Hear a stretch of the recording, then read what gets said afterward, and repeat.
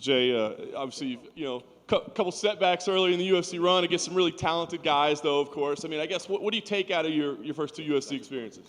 I haven't been given any favors, you know what I mean? So, you shouldn't expect them, honestly. I fought Mario Batista, who's going to be, like I said, I've been saying it since the matchup, that is a top 15 prospect right there, I took him for 3 rounds on 6 days. He is murdering people. Let's get that out the way. He is hurting people. AQ, it was in the same position I am now, and he's a dog, that guy. You hit some guy 23 times in 10 seconds and he doesn't fall. I don't know what to tell you, I had growing pains at the beginning of my career. I was 3-3 to start, so I didn't have a very illustrious start to my career.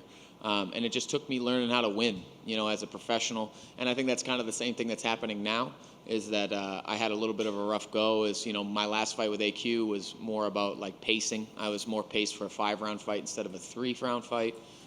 So we adjusted that, and I think it was just growing pains. That's really what it is. And once I start rattling off this win, it'll just keep going from there. So, you get caught up in the moment, you get caught up in everything, and, you work for 14 years to get to the place, then you get there, and you're like, well, I don't know what to aim for now, and that was kind of where I was at. So we've adjusted, and I'm more than confident about Saturday night. That's awesome, man. Like, it's a mature mindset. I mean, has it been difficult to keep that or to arrive to that? Like, were there moments of frustration or like, what the hell? Like you said, I worked all the time to get here, and this ain't going the way I thought it was going to go.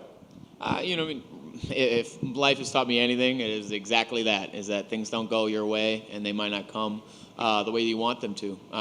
I think that, and the way that I've taken, of course, this frustration, you work, 3-4 sessions a day, you cut 30 pounds, you do all this stuff, you do all the mental work, and then it just doesn't work out.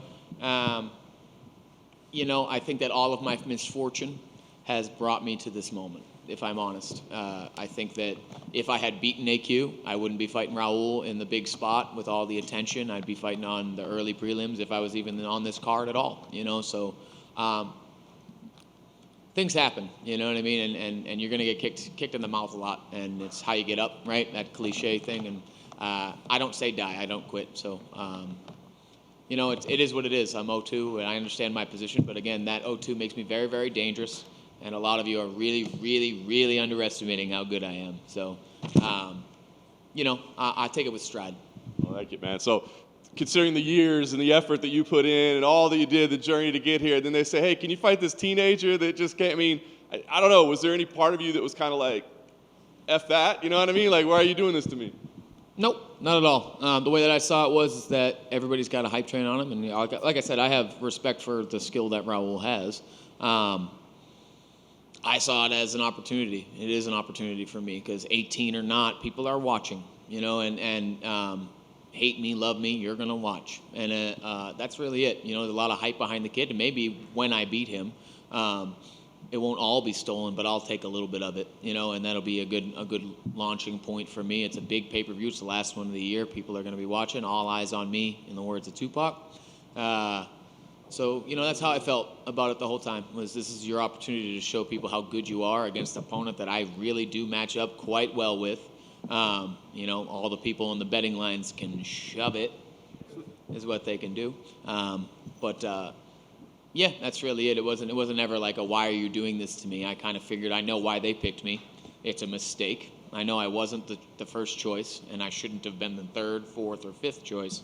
But egos prevailed. So I think it's an opportunity for me to show the world what I am, who I am, and how complete I am. So thank you. Last thing for me, obviously you're a big opportunity for you. I guess the question, you're going to show how good you are. How good do you think Raul is? I think there's still a question around.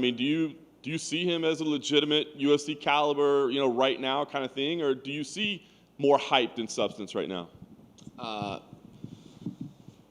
So I believe that he is a very talented young man. Like I don't have anything against him personally. His skill is, I think people are enamored with how old he is and not the actual skill level now. We're at the UFC. This is the top of the world, correct?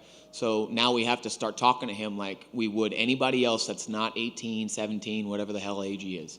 All right? If I fought and was as sloppy as the last fight was, you can say whatever you'd like. but there was definitely some unpolished stuff that happened in there. I'm not going to pull guard 7 times. I'm not going to do that. I'm not going to do all of these things that his opponent gave him in that fight. I think that, again, you're enamored with how old he is and all the hype around him and not the actual skill set, and that's what I'm looking at. And his grappling is amazing. You know, if we were at ADCC, I'd be in trouble. But guess what? We're not, you know, and I just don't, you know what I mean, like as a complete fighter, I don't see him on the same level as I am. And, you know, again, people say what they'd like. That's fine. But if we look at our strength of schedule in our last 2, mine and his, they're very different calibers of people that we've fought, and the gap between them is much shorter. So I do believe in 2 or 3 years, maybe even less than that, he'll be what everybody proclaims him to be. But he's still an 18-year-old kid that is unpolished and hasn't been tested even one time. Even once has he fought any kind of adversity. And on Saturday, you are about to see what that looks like for him. And I know that when I first fought and got in the pros and got adversity, it was a panic that set into me because everything didn't go my way. So to answer your question, I do think that he's very good, and he will be very good. Not right now. Not on December 10th. He's not going to be good enough. So, Jay, in the front, right here. What you're saying, it reminds me of something that Paul Craig once said when he fought Jamal Hill. Jamal Hill was undefeated in the UFC, and he said being a young, undefeated fighter in the UFC is dangerous because you haven't faced adversity and stuff. Are you in agreement with that when you enter the UFC being undefeated like that? I don't think you should be in the UFC by the time you face adversity. I feel like that should be something that is proven and tried prior to that. So I think it is dangerous because it feeds your ego and to believe that you are a world killer, and that's fine. You know, as you should. You should have confidence in yourself. But what happens when it doesn't go your way? You know, and again, in 9 fights, he hasn't faced any adversity at all. When he does, I really do believe that that's gonna take an effect on him. So I mean, it depends on who you are and what you're coaching and all that other stuff, you know, factors into. But I really do think that it's risky. I think that formula of just beating cans and then getting here, and then finally fighting a tough guy, even a guy that doesn't have a 16-1 record, that's dangerous because that guy that's got that 10-6 record has fought really tough people, much tougher than the people you have, and has faced that adversity over and over and over, and has at least overcome it more times than he hasn't.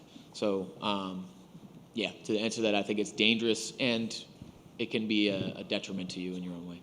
So he said he wants to be UFC champion by the time he's 20. Is that just getting ahead of himself? When does that happen? Never. We didn't have anybody under 24 in the top 10. No. Okay. And we're at 135. I don't know if everybody remembers, but this is the hardest weight class in the world. So, word. You know what I mean? Like, great for you, dude. Everybody wants to be that, and I want to be Santa Claus. You know what I mean? Like, get out of my face. I'm gonna get a world title shot in 2 fights. Bro, I don't know who's talking to you like that and telling you that that's the case, but you need to get new friends. Because anybody that heard that and was like, yeah, this is for sure it, you should say that, is wrong and a little dumb, honestly. So, I mean, it's a nice goal to have. It's nice to say, you know, but before he's 20, you know what I mean? Stop. You know, what is that, a year from now? If he gets in the top 10 in a year, I'm writing a strongly worded email to somebody. That's all I know. They're getting a letter of some kind.